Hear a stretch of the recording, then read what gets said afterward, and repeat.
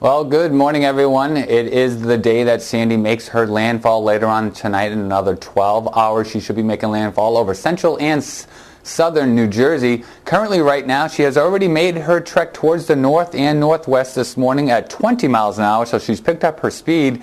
Her winds have also increased, as we saw overnight, an eye forming over the center of the storm, showing that she has been strengthening, and it looks like she'll continue to maintain that strength or even strengthen a little bit more as she heads towards the coast and interacts with that jet stream up in the northern latitudes.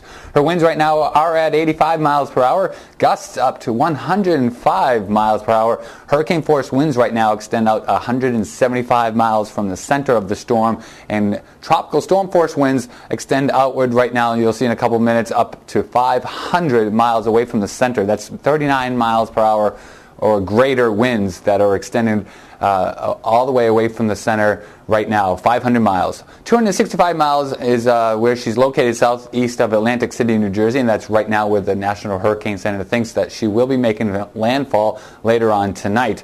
So her current position takes her just east of where I talked about yesterday, the latitude line where I thought that she needed to start to make her northwestward trek, or she would have made a more northerly landfall in northern New Jersey or the Long Island area. So she has made that northwestward trek just where I thought she needed to make this southern landfall area where the National Hurricane Center has her hitting. So right now they have her hitting the southern coast of New Jersey near Atlantic City. but anywhere from central New Jersey to southern New Jersey later on tonight is where she'll make landfall as a Category 1 hurricane, though the pressure of the system right now will be about 940 to 945 millibars. That's a Category 3 to 4 hurricane on a Saffir-Simpson scale for pressures.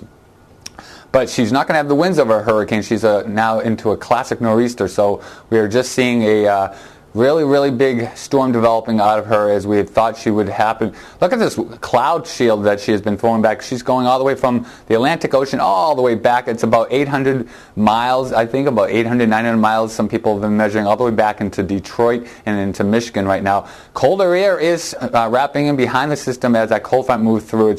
It's now being developed into the mountains of West Virginia, where they're going to be getting anywhere from 2 to 4 feet of snowfall from the system as she meanders to their north.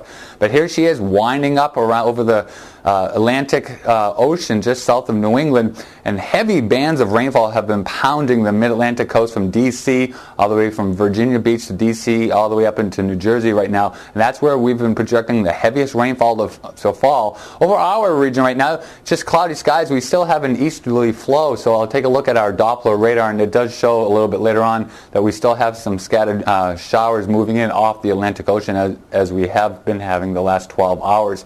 Current wind gusts in the area, the strongest down to the south and over the Cape and the islands, gusting to 46 miles per hour over Nantucket.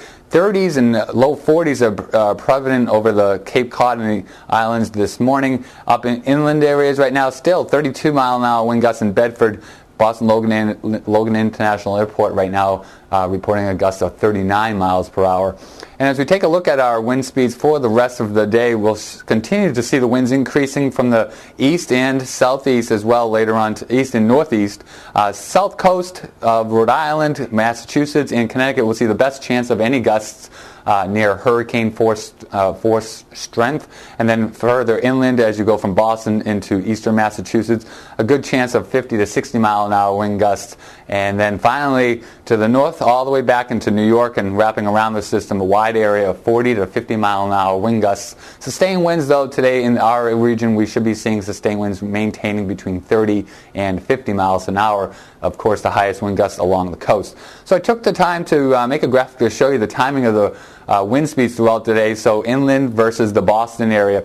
We've already passed 6 a.m. We're already seeing those 30 mile an hour wind gusts inland and 40 miles an hour along the coast. As we head into 10 a.m., we're going to start to see an increase between 40 and 50 miles an hour. And then the best chance of the strongest winds right now look to be between the 1 o'clock and 5 o'clock time frame, when winds will be gusting to 50 to 60 miles an hour inland and up to 70 miles an hour from Boston to along the coast, but 80 possible along the Cape Cod and the islands later on tonight. And then finally, as the storm moves inland overnight, winds will start to die down, but by 9 p.m. still 50 mile an hour wind gusts throughout much of the region.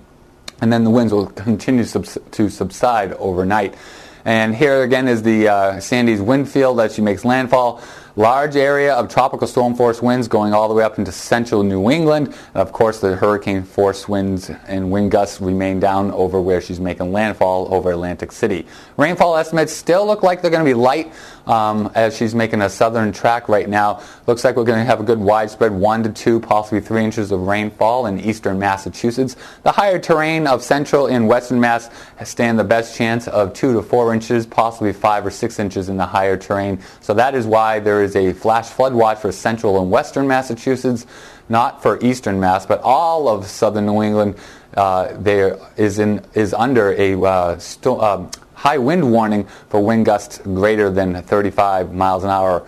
So with that in mind, let's take a look at your impacts for today. With a storm hitting down over the Atlantic City region, again, the heaviest rainfall will remain to the west and south of the storm, while we're going to be in the drier, windier section. But the storm surge is going to be crazy along the south coast, the islands, Cape Cod, all the way down to Long Island and the coast of New Jersey, where 5 to 10 foot storm surges are already being expected later on this evening. They're already in the 4 to 8 foot range over Long Island Sound. I just checked a little while ago. Cape Cod and the islands right now are reporting 3 to 6 foot storm surge. And then as you move around Cape Cod up into the Merrimack River, 2 to 4 and even 3 to 6 foot surges are possible from an strong easterly wind coming around Hurricane Sandy.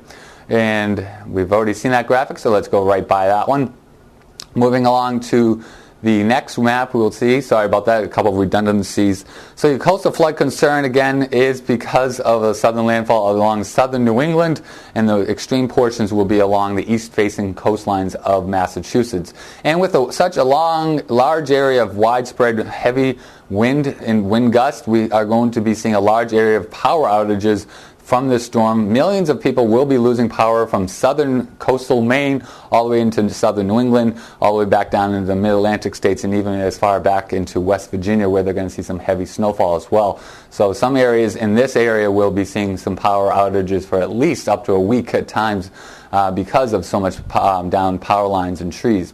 So your forecast for today looks like this. Temperatures holding into the 60s. It's going to be becoming much windier this afternoon. Easterly winds at 35 to 60 miles an hour. Gusts 75 along the coast, gusting to 60 inland. And finally, your 5-day forecast will continue to show a stormy pattern. Overnight tonight we'll see periods of heavy rainfall, and inside those heavy rainfall periods we'll be seeing the strongest winds. They'll slowly start to die down by tomorrow, so that by tomorrow morning winds will be probably between 20 and 40 miles per hour, and then they continue to die down. We'll just see some clouds, a few leftover showers as Sandy finally weakens and moves away on Wednesday. Continued breezy though, so trick-or-treating will be a little bit tricky on Wednesday night, no pun intended. And Thursday we finally break out into some drier weather, some sunshine, but by Friday finally the sun breaks out and we turn a little bit cooler with temperatures in the upper 50s. That's the latest from the BeRikaWeather.com weather update. I'll have all the latest live streaming on BeRikaWeather.com's Facebook page, /BruceD39 live web videos. Stay safe, stay indoors, stay tuned. Have a good day.